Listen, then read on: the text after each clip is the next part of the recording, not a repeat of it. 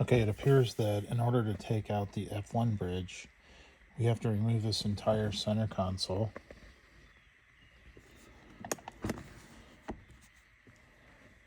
And in order to do that, we have to take out this cup holder bottom. There's 2 screws under there. Apparently there's 4 screws under this cover. And then there's also this cover under here that once you pop it off, there's 4 screws under there. Then the whole center console can pop out. And then we can get to the screws that hold the F1 bridge in, so we can change it out. So let's give it a go.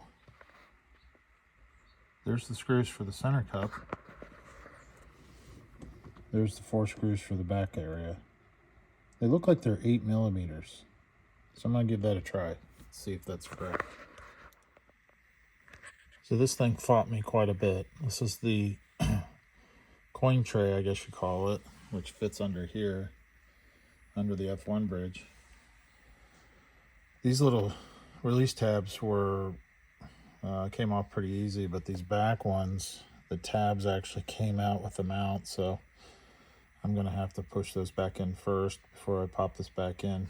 But it will fight you. You're gonna have to be persistent and just work it until it pops out. But it's out, so let's get the rest of the console out. Okay, here's a tip.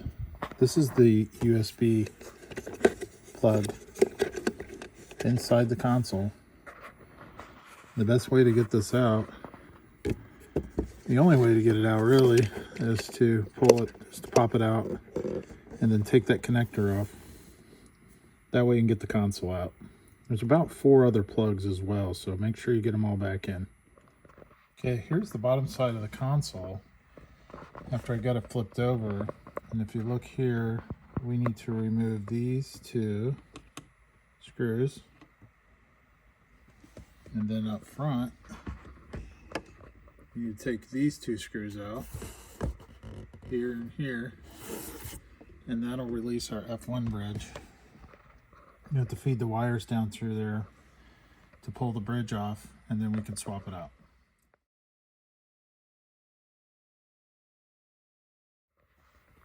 Correction here, I guess there are 6 screws to take the bridge out. This one, and these 2, and then the 2 up front. So there are 6 screws to take out to get the bridge out. They are T27 Torx. I just used a hand tool and it came right off. So let's pull our bridge through here. Make sure you take your wiring with you.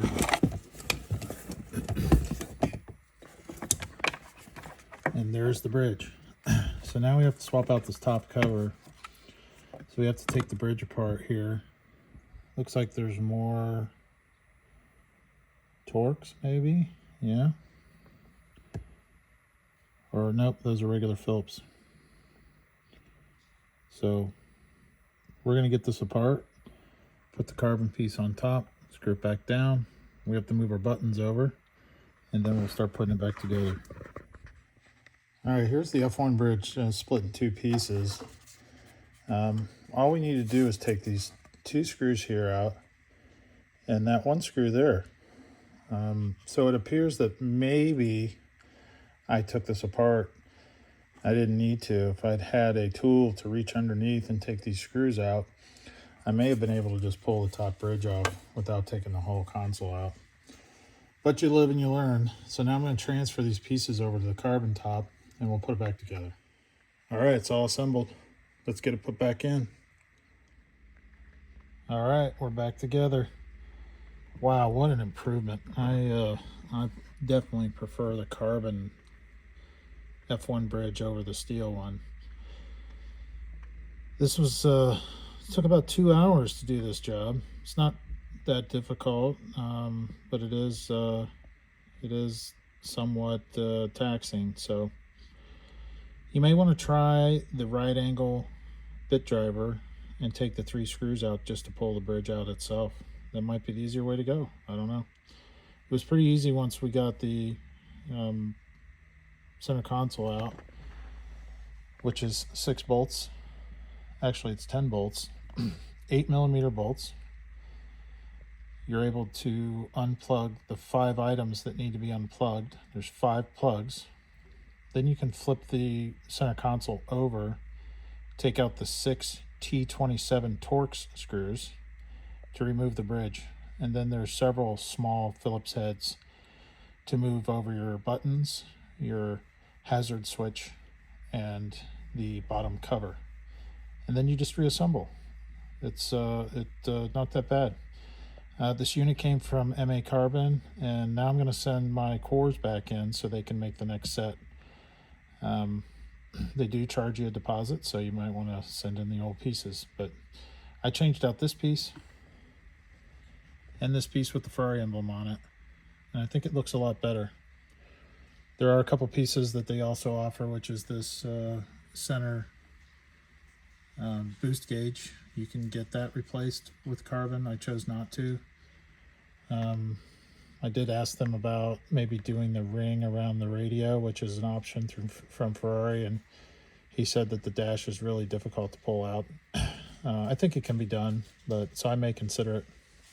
The other item I'm going to do is the steering wheel insert that's silver. This car does not have the shift light wheel or the carbon wheel with LEDs. I'm not too picky about the LEDs, so I'll probably just send in the center and have them cover it. He said he couldn't make it because I don't have the bumpy road button, which is their standard setup, so I have to send the core in. They'll actually make it for me and then send it back to me, but be prepared. It can take up to 8 weeks to get this done. So I'm going to do it over the winter because obviously the car is